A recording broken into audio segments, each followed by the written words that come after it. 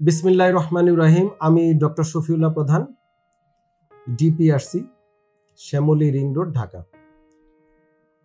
আলহামদুলিল্লাহ, পবিত্র হজ অলরেডি চলছে এবং ঈদ চলে আসছে আগামী শনিবার ইনশাআল্লাহ। তো আপনারা সবাই অনেকেই বাড়ি যাবেন, অনেকে কোরবানি করবেন, অনেকে বন্ধু বান্ধব আত্মীয় স্বজনের বাসায় যাবেন।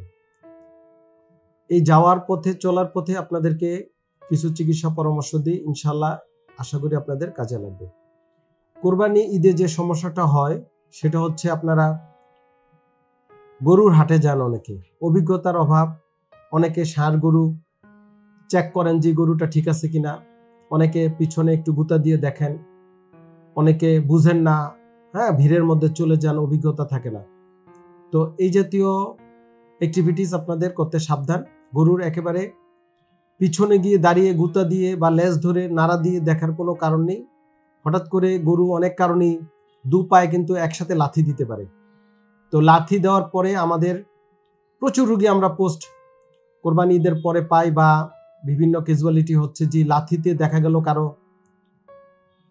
হাড় ভেঙে গেল, পা ভেঙে গেল, বা অনেকে মারাও যায়।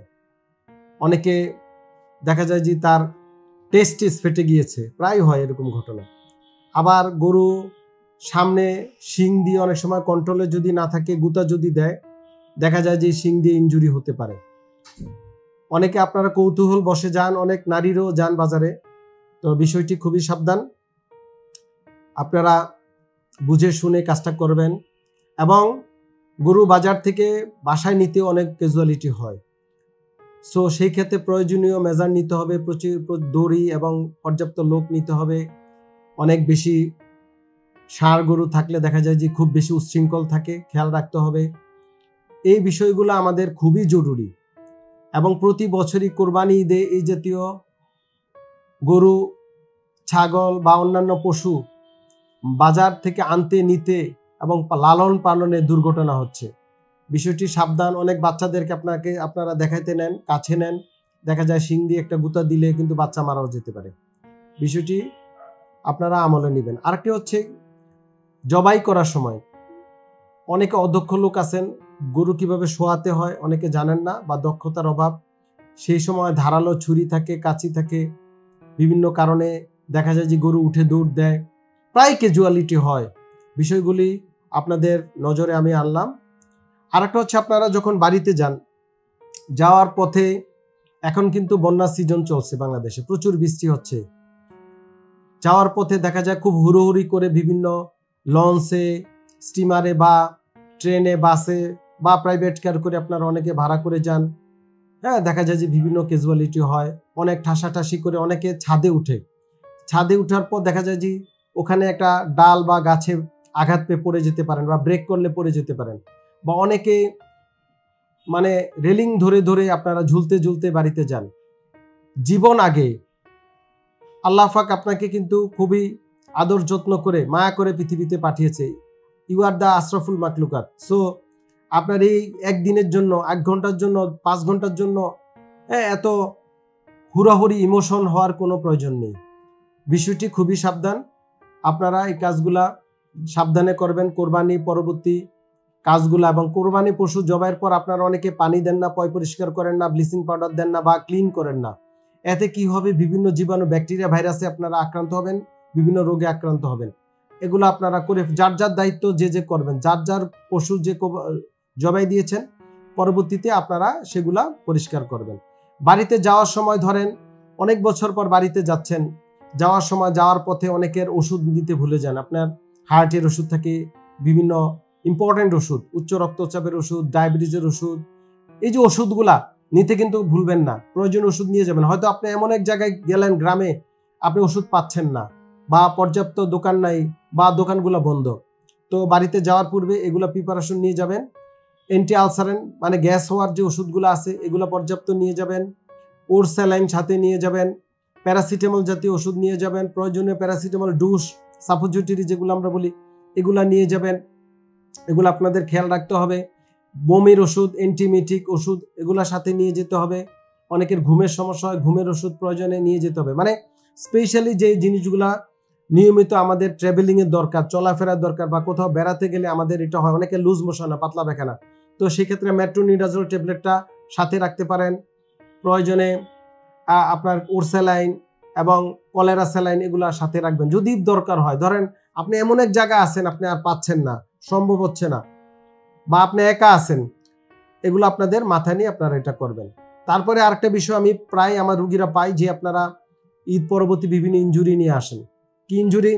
আপনি বাড়িতে গেলেন, বন্ধু বান্ধবের আড্ডায় পরে আপনারা বিভিন্ন ফুটবল খেলা, স্পেশালি ফুটবল এবং ক্রিকেট, এই দুইটা খেলা বাংলাদেশে সবাই হঠাৎ করে খেলাধুলা শুরু করে। ধরেন আপনার বয়স 40-এর উপরে, আপনি গত 10-15 বছর খেলেন নাই, তো হঠাৎ করে প্রীতি ফুটবল ম্যাচ, প্রীতি ক্রিকেট ম্যাচ, এই জাতীয় খেলাধুলা আপনারা হঠাৎ করে অংশগ্রহণ করবেন না।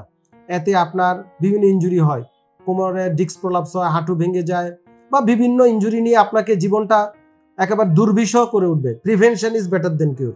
আমার এই ভিডিওটা শুধুমাত্র আপনাদের সচেতনতা করার জন্য, এবং আশা করি ভিডিওটা আপনাদের একটু হলো পার্থিব জীবনে কাজে লাগবে, এবং এটি আমাদের কাজ, আমাদের চিকিৎসকদের, ডাক্তারদের কাজই হচ্ছে আপনাদেরকে সচেতনতা তৈরি করা। আরেকটা হচ্ছে পশুর মাংস, কুরবানি যেহেতু ফরজ করা হয়েছে অনেকের জন্য, এবং এই মাংসটা অনেকে বিলিয়ে দিবে, অনেকে নিয়ম অনুযায়ী নিজেরও খাবে বা আত্মীয় স্বজনদের দিবে। তো হঠাৎ করে এই যে রেড মিট পেয়ে গেলেন, অত্যাধিক খেয়ে ফেললেন, এতে কিন্তু বদহজম, পেটের পীড়া, বিভিন্ন সমস্যা হতে পারে এবং মারাত্মক স্বাস্থ্য ঝুঁকিতে আপনি পড়তে পারেন। পরিমিত খাবেন এবং যতদূর সম্ভব চেষ্টা করবেন মানে বেশি না খেতে।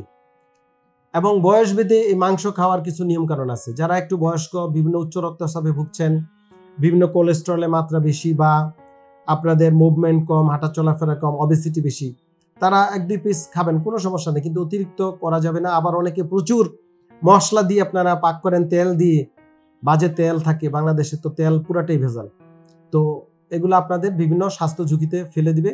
এই ব্যাপারে আপনারা কেয়ারফুল, আপনারা সাবধানে পরিমিত খাবেন।